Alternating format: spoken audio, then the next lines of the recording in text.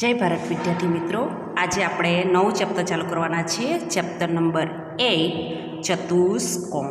બરાબર, એમાં આપણે પ્રસ્તાવના ચતુષ્કોણ એટલે પ્રસ્તાવના જોવાના છે ને થોડીક વ્યાખ્યાઓ જોઈશું।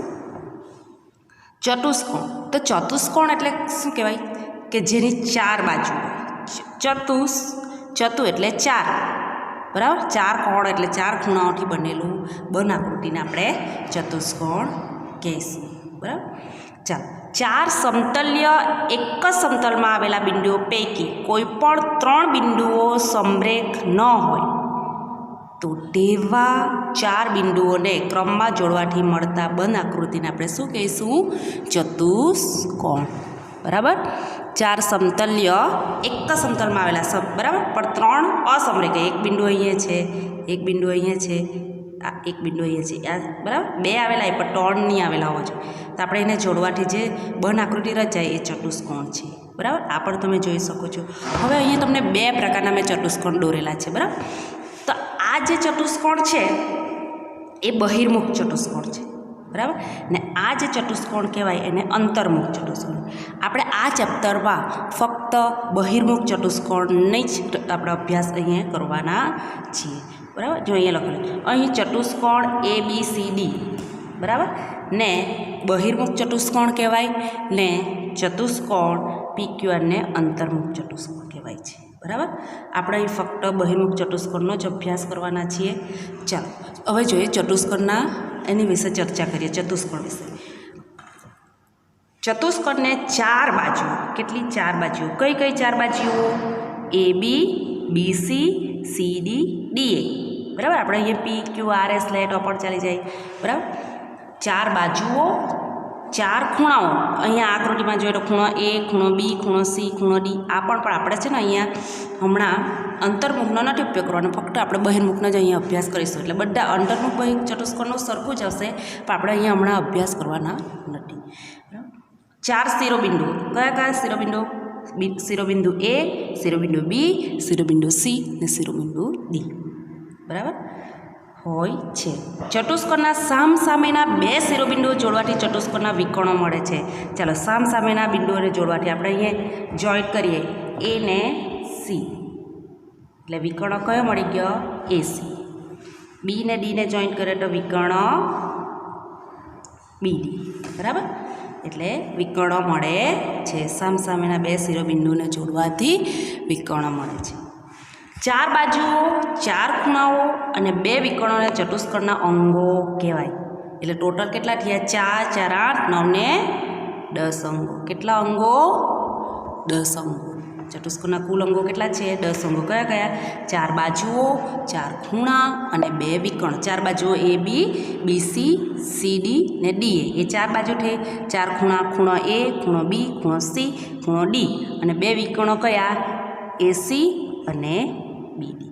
ચતુષ્કોણના ખૂણાઓનો સરવાળો કેટલો થાય છે? 360। એટલે ખૂણો A આપણે લખવો હોય તો અહીંયા લખી શકીએ ખૂણો A, ખૂણો B વત્તા ખૂણો C વત્તા ખૂણો D બરાબર 360। એટલે ચારે ચાર ખૂણાઓનો સરવાળો કેટલો થાય છે?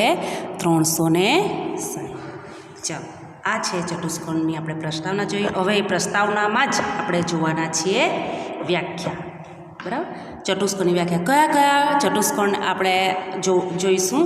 તો ચતુષ્કોણના પ્રકાર જોઈએ। પહેલું છે સમલંબ ચતુષ્કોણ। બરાબર, સમલંબ ચતુષ્કોણ કોને કહેવાય? તો તમને આકૃતિ અહીંયા દોરવામાં આવો જે ચતુષ્કોણ હોય ને, બરાબર, તો તમને જોવામાં આવશે બે બાજુઓ સમાંતર। આ બે બાજુઓ કેવી છે? સામસામેની એક જોડ સમાંતર હોય, બરાબર, બીજી જોડ અસમાંતર છે, બરાબર ને? એટલે આ ચતુષ્કોણમાં એક જ જોડ સમાંતર હોય, એક જોડ સમાંતર હોય, એટલે કે જે ચતુષ્કોણમાં સામસામેની બાજુઓની એક જ જોડ સમાંતર હોય તેને સમલંબ ચતુષ્કોણ કહે છે। ચાલો, બીજી આકૃતિ જોઈએ ને વ્યાખ્યા જોઈએ। સમાંતર બાજુ ચતુષ્કોણ। બરાબર, અહીંયા મેં જે આકૃતિ દોરી છે એ સમાંતર બાજુ ચતુષ્કોણ છે। બરાબર, આ બે સમાંતર છે, આ બી બે સમાંતર છે। બરાબર, જે ચતુષ્કોણમાં સામસામેની બાજુઓની બંને જોડ સામસામેની આની તે આ ને આની તે આ, બરાબર. જોડ સમાંતર હોય તેને સમાંતર બાજુ ચતુષ્કોણ કહે છે. સામસામેની બાજુ એટલે એડી બરાબર બીસી, બરાબર, ને એબી બરાબર સી. જોડ સમાંતર હોય, સમાંતર, બરાબર ને, માપ ભલે આ સમાંતર એટલે કે આ બે પેરેલલ જાય ને આ બે પેરેલલ, બરાબર, સમાંતર, તો આપણે તેને કહીશું સમાંતર બાજુ ચતુષ્કોણ. ચાલો હવે આપણે જોઈએ બીજી એક વ્યાખ્યા.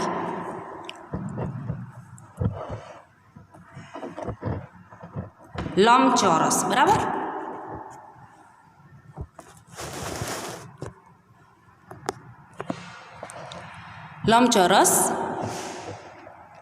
લંબચોરસ કોને કહેવાય? તો જે સમાંતર બાજુ ચતુષ્કોણનો એક ખૂણો, સમાંતર બાજુ ચતુષ્કોણનો ખૂણો, બરાબર. સમાંતર બાજુ કોને કહેવાય? કે સામસામેની બાજુઓ કેવી હોય? સમાંતર. આ બે સમાંતર જાય, આ બે સમાંતર જાય, તો સમાંતર બાજુ ચતુષ્કોણનો એક ખૂણો એટલે પછી બધા જ ખૂણા કેવા હોય? કાટખૂણા. એટલે બધા ખૂણા કેવા? 90°ના હોય.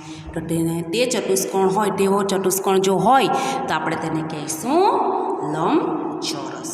ખ્યાલ આવી ગયો? ચાલો, સમબાજુ ચતુષ્કોણ કોને કહેવાય?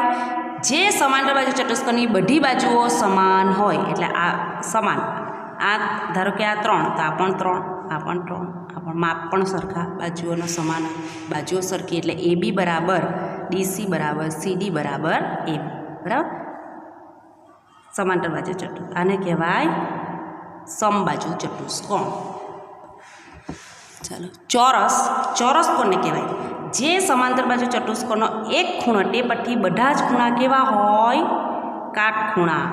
તો તે અને બધી જ બાજુઓ કેવી હોય? સમાન, બરાબર. એટલે આમાં બી 3, આ પણ 3, આ પણ 3, આ પણ 3, પણ ખૂણા કેવા? બધા 90°. તો તે ચોરસ કહીશ. ને અહીંયા ખૂણા નથી, અહીંયા બાજુઓ સમાન હોય, તો તેને આપણે સમબાજુ ચતુષ્કોણ. ને અહીંયા ખૂણા 90 હોવું જોઈએ ને બધી બાજુઓ કેવી? સરખી. તો આપણે આ જે બન્યો ચતુષ્કોણ એને કહીશું ચોરસ. ચાલો, પતંગ આકાર ચતુષ્કોણ, બરાબર. પતંગ જેવો આકાર. કેવો? પતંગ જેવો આકાર, બરાબર. ચાલો જુઓ, તમે જોઈ શકો છો કે જે ચતુષ્કોણમાં પાસેની બાજુઓની બે જોડ સમાન હોય, પાસેની એટલે આમ, બરાબર, અને સામસામેની બાજુની એક જોડ અસમાન હોય, તો તેને પતંગ આકાર. અહીંયા દોરેલું જ છે, બરાબર. વિદ્યાર્થી મિત્રો, હવે તમને ખ્યાલ નહીં આવે તો જોજો આ આકૃતિ પતંગ આકાર. આ જે પાસેની બાજુઓ કેવી છે? સમાન, એટલે બે જોડ, આ એક જોડ ને આ બીજી જોડ એ કેવી છે? સમાન, બરાબર. પણ સામસામેની બાજુ કેવી છે? અસમાન. સામસામેની બાજુઓ કેવી છે? આની આ ને આની અસમાન, બરાબર. આ તો પતંગ જેવો આકાર એમ બનાવી દીધો છે, બરાબર. એટલે પતંગ જેવું દેખાય, એટલે પતંગ આકાર આપણે ચતુષ્કોણ કહીશું, બરાબર. ચાલો, એટલે વ્યાખ્યા બધી ખબર પડી ગઈ તમને વ્યવસ્થિત? કઈ વ્યાખ્યા જોઈએ આપણે? લંબચોરસ, બરાબર. લંબચોરસ, પછી સમાંતર બાજુ ચતુષ્કોણ, બરાબર, સમલંબ ચતુષ્કોણ, સમબાજુ ચતુષ્કોણ, ચોરસ, પતંગાકાર ચતુષ્કોણ. આ બધા ચતુષ્કોણ વ્યાખ્યા તમારે મોડે કરવાની ને વ્યવસ્થિત આકૃતિ સહિત તમારે દોરવાનો પ્રયત્ન કરવાનો. હવે વિદ્યાર્થી મિત્રો, આપણે આ ચેપ્ટર ચાલુ કરી નાખ્યું છે. આપણે પ્રમેય જોતા જોઈશું. એમાં પ્રમેય પણ છે થોડાક વિકર્ણોના આપણે ગુણધર્મો જોઈ લે, જેથી કરીને આપણને ખ્યાલ રહે, બરાબર. ચાલો,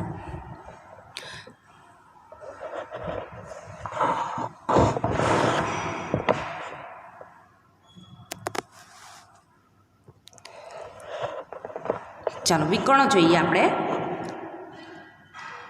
ચતુષ્કોણના વિકર્ણો. સમાંતર બાજુ ચતુષ્કોણના વિકર્ણો પરસ્પર દુભાગે છે. કેવા છે? એકબીજાને દુભાગે છે. આપણે આ પ્રમેય જોવાના જ છીએ, બરાબર. સમબાજુ ચતુષ્કોણના વિકર્ણો પરસ્પર કાટખૂણે દુભાગે છે. બરાબર ને. કાટખૂણે અહીંયા સમબાજુ આપણે દોરેલો છે, તો એના વિકર્ણો પરસ્પર એકબીજાને કેવા? કાટખૂણે દુભાગે છે. આ કાટખૂણે દુભાગે એકબીજાને, બરાબર. ચતુષ્કોણના વિકર્ણો પરસ્પર દુભાગે ને આ કાટખૂણે. લંબચોરસના વિકર્ણો સમાન હોય છે. ચાલો જોઈએ લંબચોરસના વિકર્ણો સમાન હોય છે. ધારો કે આનું માપ જોઈ લે કેટલું છે તે, બરાબર. આનું 6, આનું પણ 6. એટલે કેવા હોય? સમાન હોય છે અને પરસ્પર શું થાય છે? દુભાગે છે. પરસ્પર એકબીજાને દુભાગે છે એટલે એકબીજાને છેદે છે. બરાબર?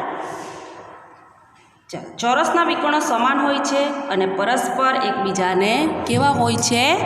કાટખૂણે દુભાગે છે. વિકર્ણો સમાન છે. બરાબર? ચાલો, એના વિકર્ણો જોઈ લે. વિકર્ણ AC અને વિકર્ણ BD એ કેવા છે? 90 અંશના ખૂણે એકબીજાને દુભાગે છે. બરાબર? એટલે સમબાજુ ચતુષ્કોણના વિકર્ણો પરસ્પર દુભાગે, સમબાજુ ચતુષ્કોણ ને ચોરસના પરસ્પર દુભાગે. બરાબર? પણ કાટખૂણે દુભાગે. ને લંબચોરસના વિકર્ણો કેવા હોય? સમાન હોય અને એકબીજાને પરસ્પર દુભાગે છે. ઉપરોક્ત વિધાનોના પ્રતીપ પણ સાચા છે. પ્રતીપ વિધાન પણ સાચા છે. એટલે કે જે વિકર્ણ પરસ્પર દુભાગે તે સમાંતર બાજુ ચતુષ્કોણ છે. બરાબર? જે વિકર્ણો પરસ્પર કાટખૂણે દુભાગે તે સમબાજુ ચતુષ્કોણ છે. બરાબર? જે વિકર્ણો સમાન હોય અને પરસ્પર દુભાગે તે ચોરસ ચતુષ્કોણ છે. જે વિકર્ણો સમાન હોય અને પરસ્પર દુભાગે તે લંબચોરસ ચતુષ્કોણ છે. એટલે પ્રતીપ વિધાન પણ એના સાચા છે. ચાલો વિદ્યાર્થી મિત્રો, આપણે નેક્સ્ટ પીરિયડમાં જોઈશું પ્રમેય 8.1 જોઈશું. બરાબર?